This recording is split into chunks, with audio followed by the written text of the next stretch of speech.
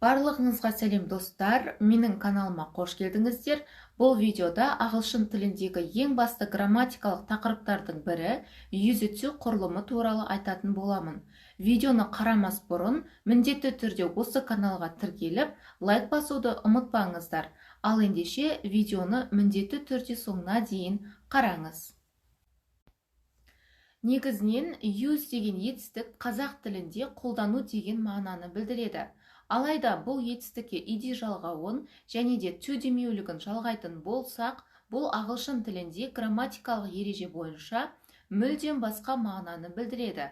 Ал ендеше дәл осы ережемен таныс болайық. Ағылшын тілінде use to деген тіркес өткен шақтағы орын алған іс-әрекетті білдіреді. Мысалға, I used to live in Astana when I was a child. Дәл осы сөйлемді қазақ тіліне аударатын болсақ, мен бала кезімде Астана қаласында тұрғанмын деген мағынаны білдіреді. Яғни use to құрылымның нақты ережесін айтып өтетін болсам, бұл құрылым өткен шақта орындалған, бірақ қазіргі уақытта мүлдем орындалмайтын іс-әрекеттерді айтқанда қолданылады. Ағылшын тілінде use to құрылымы use to тіркесінен соң инфинитивтің тіркесуі арқылы жасалады. Инфинитив дегеніміз ағылшын тілінде тұйық етістік дегенді білдіреді. Яғни қазақ тілімен салыстырғанда тұйық етістік дегенді білдіреді. Ал қазақ тілінде тұйық етістік дегеніміз бұл іс-әрекеттің атаулары. Мысалға, жүгіру, жүзу, жазу деген секілді. Дәл осы секілді ағылшын тілінде де тұйық етістіктер бар. Оларды инфинитив деп атаймыз. Мысалы, to write, to swim, to run. Яғни қандай да бір етістіктің алдына to демеулігі тіркесетін болса, бұл инфинитив деген сөз. Яғни іс-әрекеттің атын білдіретін етістіктерді инфинитив деп атаймыз. Use to құрылымына болымды сөйлемде мысал келтіріп өтейін. I used to go swimming every Sunday. Яғни бұл сөйлемді қазақ тіліне аударатын болсақ, мен әр жексенбі күн сайын жүзуге баратынмын деген мағынаны білдіреді.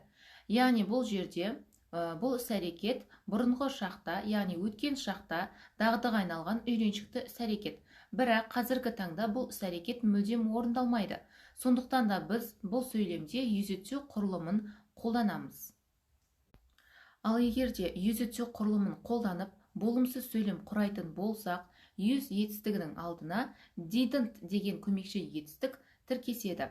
Жалпы формасын айтып өтейін. Subject, оған қосылған didn't көмекші етістігі және оған қосылған used to, содан соң инфинитивтің тіркесуі арқылы жасалады.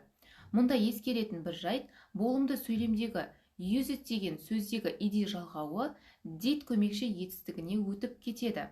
Дәл осы ережені өткен шақта да қолданамыз. Осыны ескере өтейік.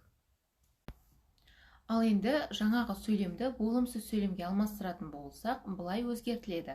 I didn't used to go swimming every Sunday. Яғни мен әр жексенбі күн сайын жүзуге бармайтынмын деген мағынаны білдіреді. Ал use to құрылымын қолданып, сұраулы сөйлем құрайтын болсақ, оның жасалу формасы келесідей болады. Ең алдымен сөйлемнің басында did көмекші етістігі, содан соң subject, яғни қазақ тілінде бастауыш деген мағынаны білдіреді, содан соң used to етістігі, содан соң infinitive.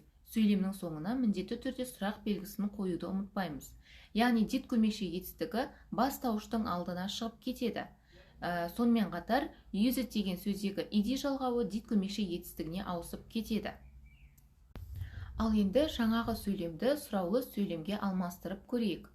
Did you used to go swimming every Sunday?